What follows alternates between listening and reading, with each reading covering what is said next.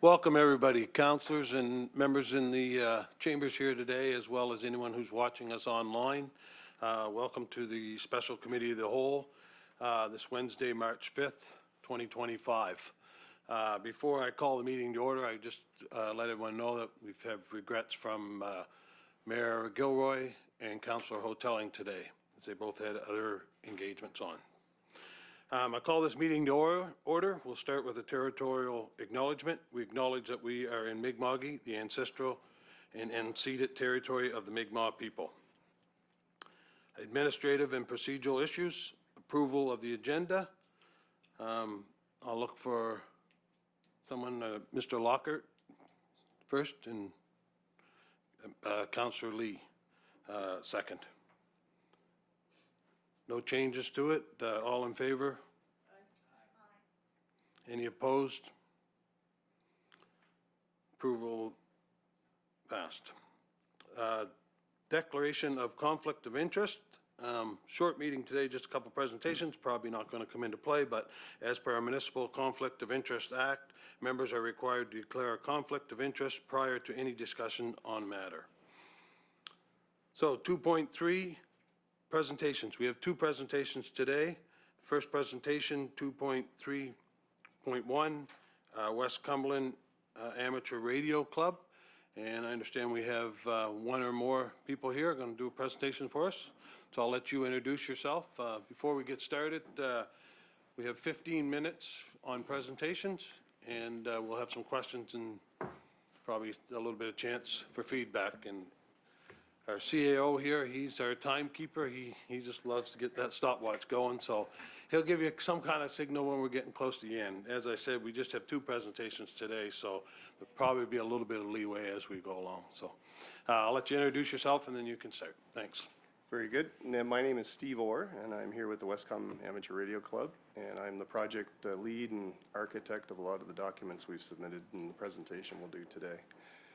Mike Johnson, I'm also with the Amateur Radio Club, past EMO coordinator for the county, and presently the liaison between the Amateur Radio Club and EMO here at the Cumberland County office. I thought I recognized him. I wore a mask. I was hoping you We also have some other members of our group, including our treasurer, Jim Langell, and our secretary, Ron Bickle. So there's your presentation is up, so you can just kind of give a nod. It's being controlled in that corner, so yep, or wave or whatever, and he'll move it as we go. I'll give you the signal, Peter.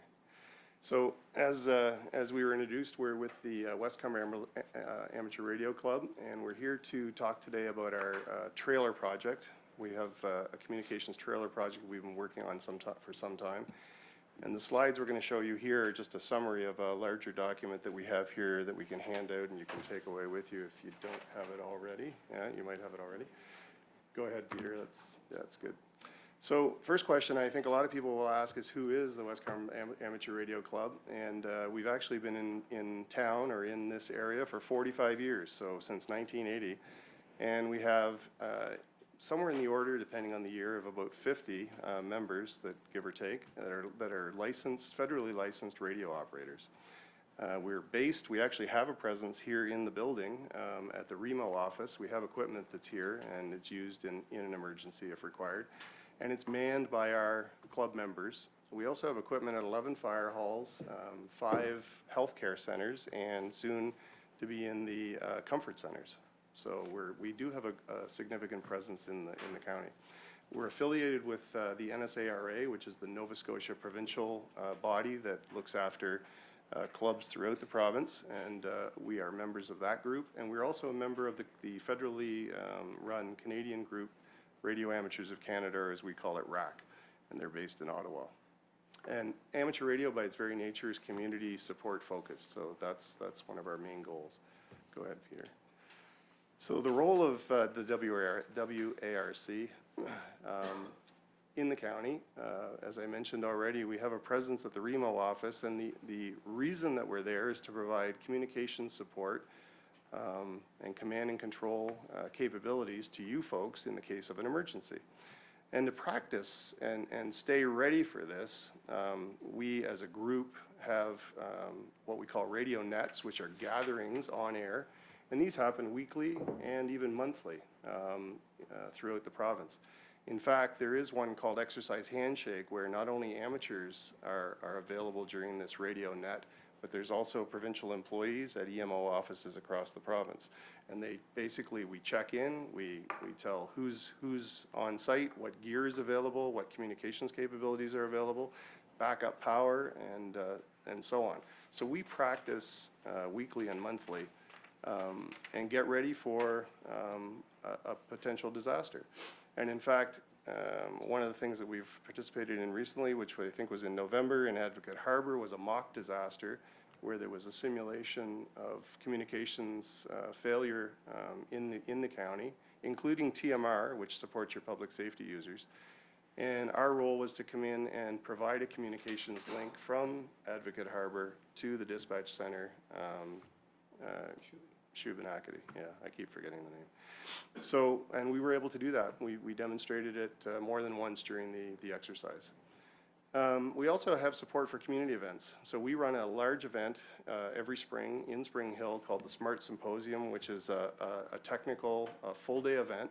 We run technical classes from 8 in the morning until 4 in the afternoon. It's attended by about 160 people from around the Atlantic provinces who come looking for updates on technology, radio use procedures, regulations, and all sorts of things. It's very well attended. We also support cross-border runs, marathons, anything that needs communications where they can put our services into use. We also have 2 school bursaries we give out every year, and we also participate in a Halloween patrol, for example, with the Amherst Police to provide like a safety patrol.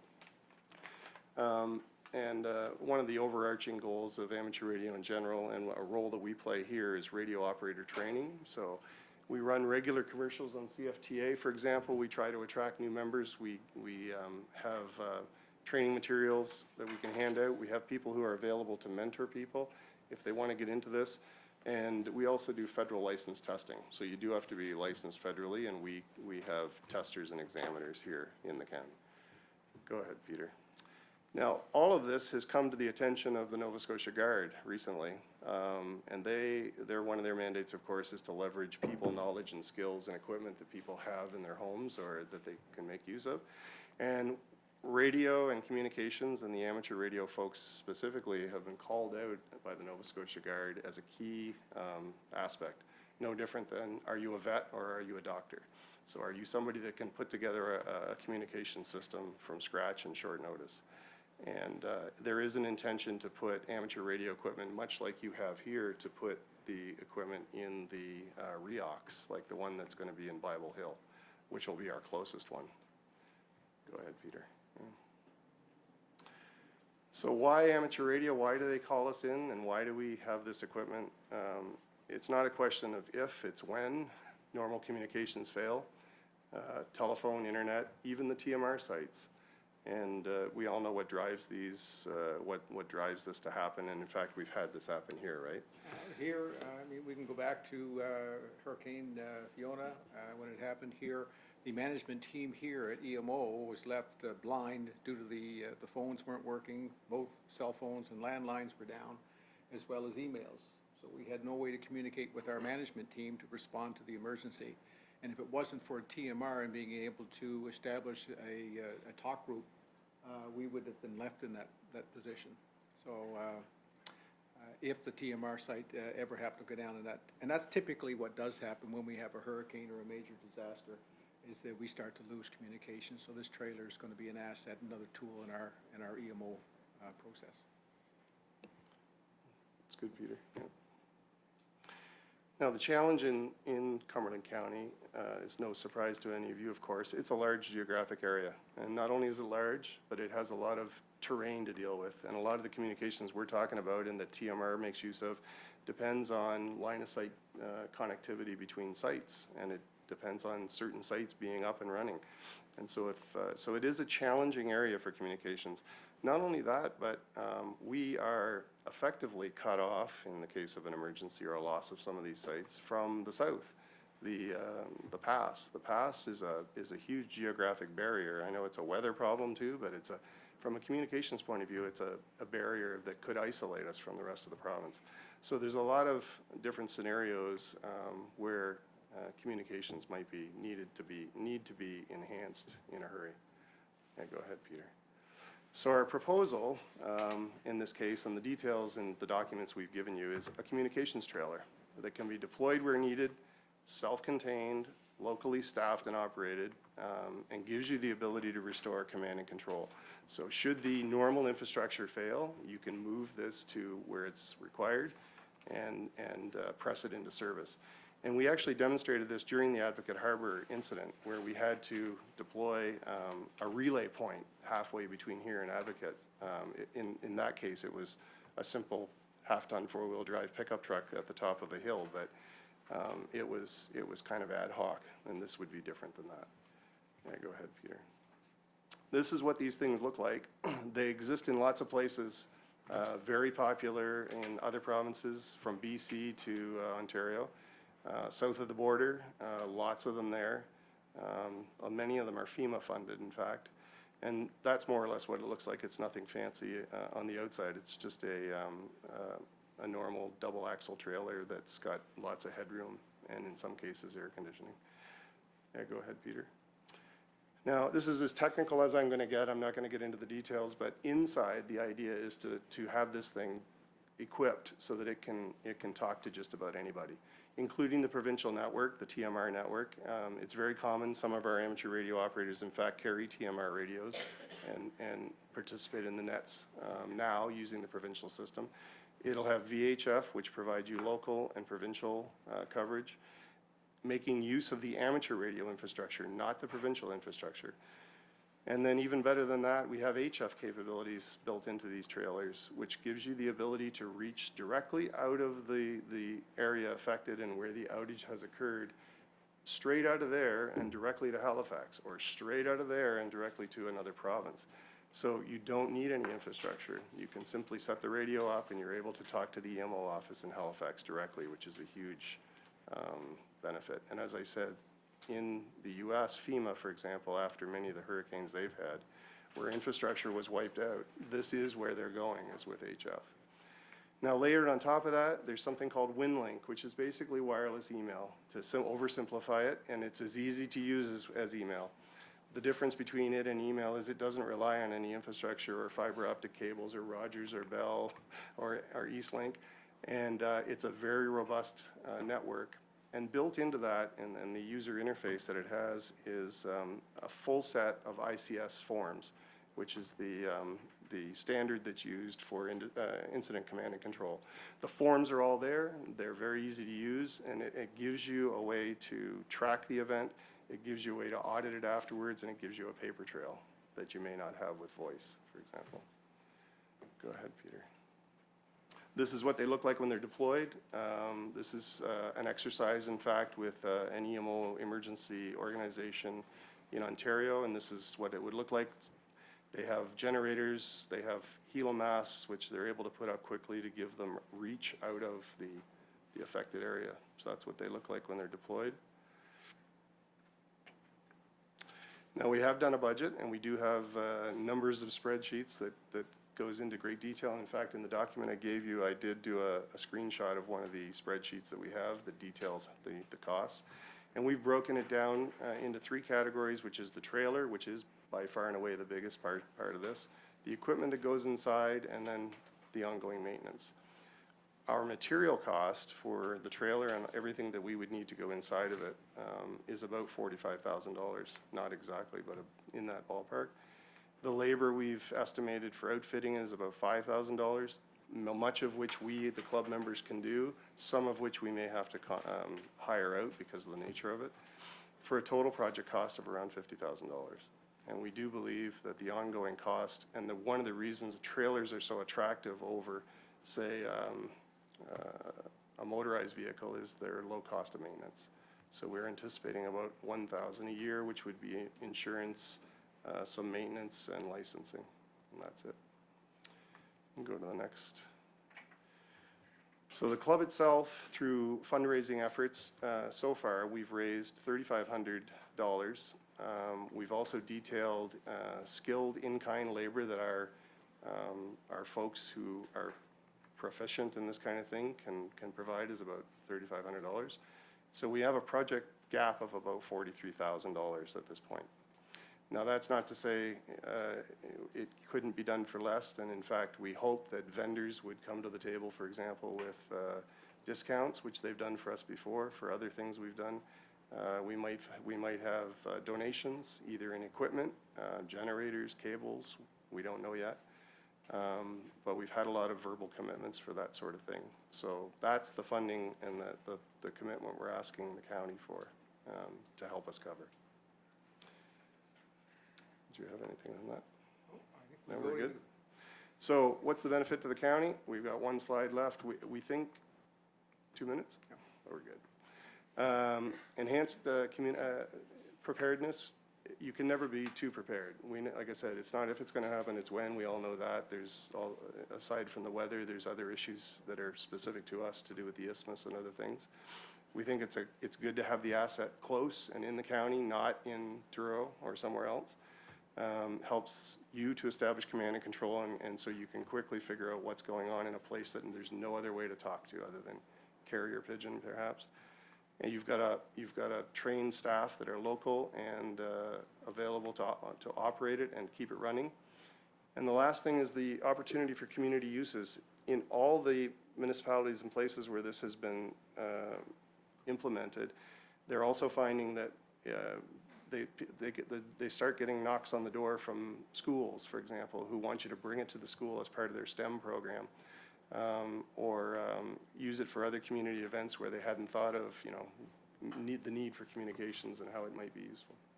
So lots of other uses. And that's it. Questions? Well, thank you very much. We'll ask councillors, anybody got any questions or? Yes. Yeah. Thank you, Your Worship. Thank you for a great presentation. My question is that, just wondering if you'd reached out to the town of Amherst and also to the town of Oxford with this, yeah.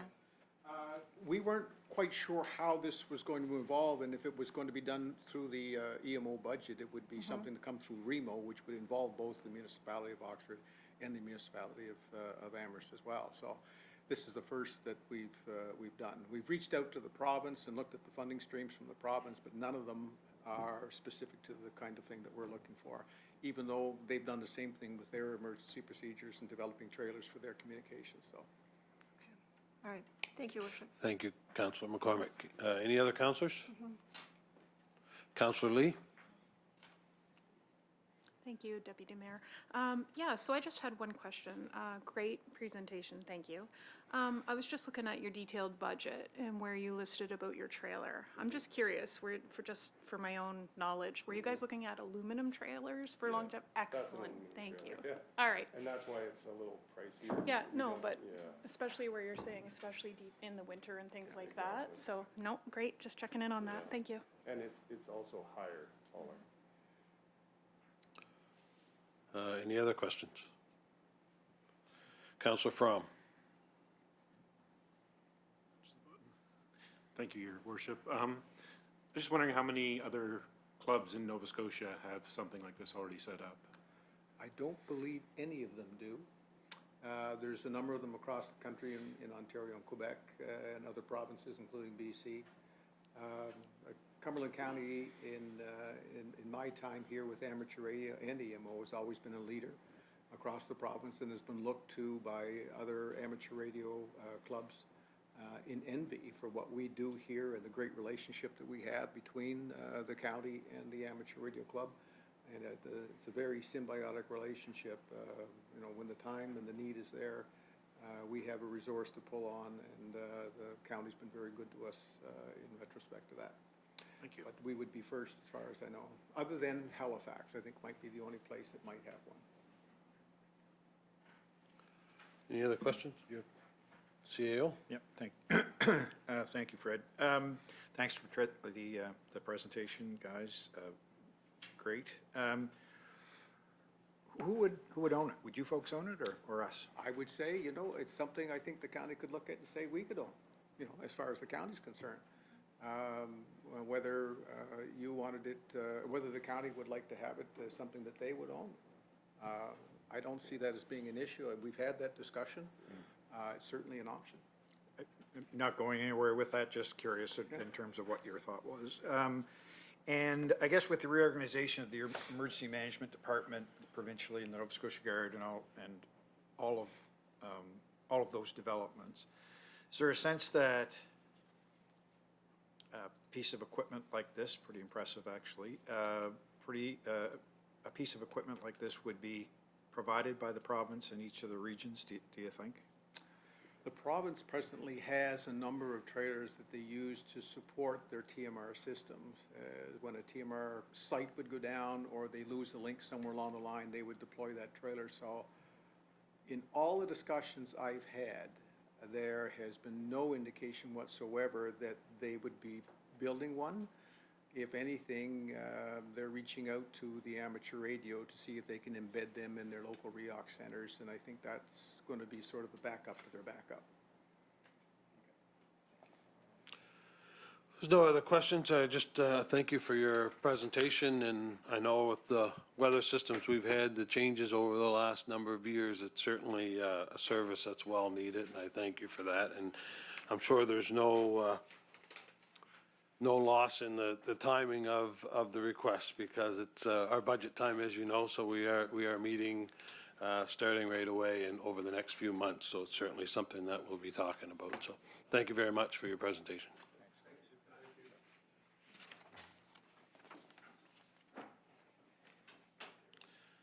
So next on the agenda is 2.3.2, another presentation from Cumberland Forest Advisory Committee. And I believe we have a representative here, so as well, get you to state your name and we'll let you go through. We have your presentation already up, and again, it's a 15-minute time limit, and we'll have time for questions after it. Thank you very much. Thank you. Councillors, ladies and gentlemen. My name's Ron Furlong, and I am here today representing an organization that came into being in 2020, and what I'm looking for today is simply to bring a perspective to the council, so that as you're considering and acting on behalf of all of Cumberland County, that you have a little bit more perspective from the contractors, forestry contractors. So that's the only thing I'm asking for today. One of the things I would like to do is not read from the slides and not lecture. So I'll try to hold to that. Peter, if you would go to the first slide. Our agenda is really just to talk about who the Cumberland Forestry Advisory Committee is, the concept of a working forest, and what comes from the forests of Cumberland County, as well as the people in forestry, and then touch on what the future may hold. As I say, it came into being in 2020 as a result of the province making the decision to not renew the Northern Pulp disposal field. And at that point, we had about 120 to 130 people in Cumberland County that met weekly for a number of weeks to put together a plan of how to move forward in the industry. And some of you may already be familiar with this. That's what came out of it. Essentially 35 strategies under 6 pathways of how to improve the industry. If you would go to the next one. The Nova Scotia Forestry Contractors Association grew from a number of the people from the Cumberland Forestry Advisory Committee, recognized that what we were doing in Cumberland County applied to the whole province, and went on to establish that association. So the information that we were working on instead of just in Cumberland County, went to the province. And last I knew, that organization has about 127 contractors, organizations involved in it. So we've been really thrilled to see our work started in Cumberland County, move forward throughout the whole province. What that did for us was it allowed us to make a decision of where our efforts would be best applied. And what we've realized over the last couple of years is that education and communication is something that we can do locally, that doesn't interfere with what the Nova Scotia Contractors Association is doing, and still adds value here. And this presentation is actually a component of that. And yes, so working forests. So we know that there's a significant, Cumberland County is significantly forested. Not all forests are appropriate for harvesting or for working in the forest industry. There are restrictions on forest properties. There are marshes and places that forestry isn't appropriate. So in terms of determining what is appropriate and what is available and what is valuable, there's the concept of working forests. In Cumberland County, about 800,000 acres is the total forest area, and about 700,000 of that is considered working forest. When you compare that to Nova Scotia, it's actually about 10% of the forests of Nova Scotia, and we actually are responsible for about 15% of the provincial harvest. In Canada, however, we've got pretty near 600 million acres, of which about 23% of that is working forest. Peter, if you go to the next one. I want to make sure that we understand this is actually two different issues on this slide. The top area is that we're going to talk about the amount of forest that is harvested each year or used in other ways. But the bottom part of it is just simply to put it in perspective as to how much forest or how much land that is. In Cumberland County in 2023, about 700 or 7,000 acres the forestry was deforested. That could be fire, it could be windstorms, it could be land clearing for agriculture or housing, but in total, the amount of land that was deforested was about 7,000 acres. That's about a little bit larger than the area of Amherst.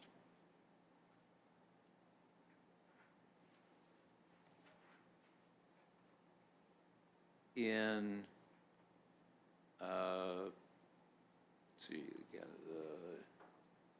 I guess that's just about but really the comparison I wanted to make was just to get a sense of how little of forestry we're talking about. And Peter, if you go to the next slide. When you think about the way that the Cumberland County approaches forestry, there's a significant difference between Cumberland County and the rest of Nova Scotia. And Canada for that matter, but really what we're talking about is Nova Scotia. Only 4% of the forestry that happens in Cumberland County is on Crown land. Most of it is either private land or industrial. Private land, those are and there may be a number of them in the room, but people who have woodlots that traditionally use them as an investment. Could be when they're going to retire, when they're going to build a home, when the kids leave home, when a child is going to university. That's when they traditionally will be harvested, and every 3 generations we'll use that for that. That's about 20% of the harvest that takes place in Cumberland County. About 30% of the harvest are industrial, and industrial tends to be more of a continuous process where the private woodlot owners will only harvest every few generations. The industrial is managed on a rotational basis, more like farming in this case than it is anything else. And like I say, that when you compare it to the province, is a significant difference. Peter, do you know the next one? We look at what comes out of the forest, because, and you're perfectly aware of this, I'm sure, is that the stats that are collected around Cumberland County are generally lumped in with Pictou and down the East Shore. So the stats for Cumberland County itself, well, there are ways to get it. We're a not-for-profit organization, and so spending money on data is not where we go. So if we look at the Nova Scotia stats, $1.8 billion of the provincial budget is generated in forestry. That's 6,400 full-time equivalence jobs in the province. And in our discussions, we talk about 500 jobs in Cumberland County are involved in forestry. And that they contribute $84 million in Nova Scotia taxes. So what comes out of the forest, while we think first of the wood products, whether it be dimensional lumber or pulp and paper, or the chemicals involved, or the fuel involved, there are other benefits as well that happen because of forest management, and that is a road network within the forest for either moving materials or access to areas of the land that otherwise wouldn't be available because of the roads they've built for the trucking, hiking, and RV trails. The forest management, I talked about the industrial forestry. The aspect of maintaining healthy forests has a significant impact on fire risk in keeping the fire risk either low or unknown quantity. As far as employment, there's a number of professions listed there. I was actually working with a document that had 3 pages of positions that were involved in the forest industry. I didn't bring it. Peter, if you go to the next slide. If you're thinking of how the trees are actually used, what comes out of the forest, about 40% of the tree is pulpwood, which is used for the fiber and the chemicals that come out of that. About another 45% of it is dimensional lumber. Could be timber or lumber or sheet goods. And then I think it was about 12%, yes, 12% as fuel, whether that is split wood, pellets, or other waste wood.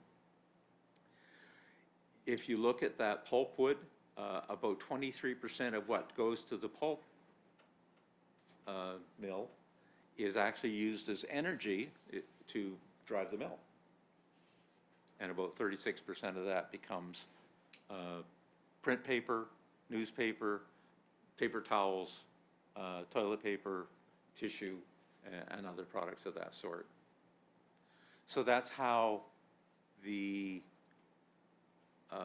materials itself, the different aspects of the tree, the whole thing is used. Peter, if you go to the next one. There's a significant difference of how the industry, the responsibilities of the industry. 50 years ago, the concern was stewardship of the land, wood products, and safe drinking water.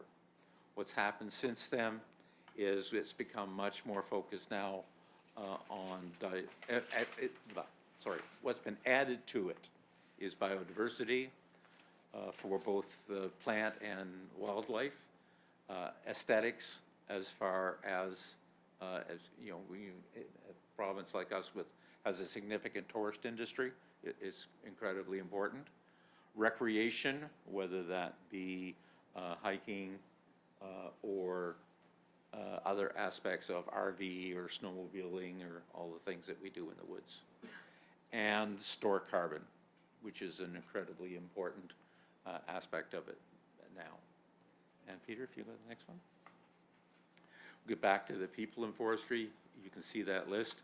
One of the things that I did is I talked about carpentry and woodworking.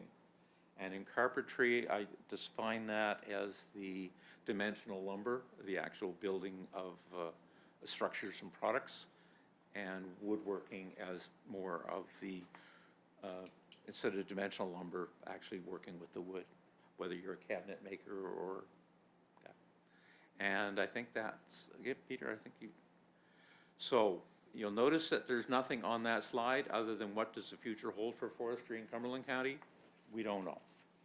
We are working hard to find markets for low-value fiber, which is the part that no longer goes to a mill. And since that was 44% of the tree, it's important that we find markets. With what's happening between Canada and the US, that becomes more increasingly difficult. But there are, around the world, there's a focus on increasing the value of forests and forest products, and we're trying to tap into as much as that as possible. And I must say the province is deeply involved with what we're trying to do.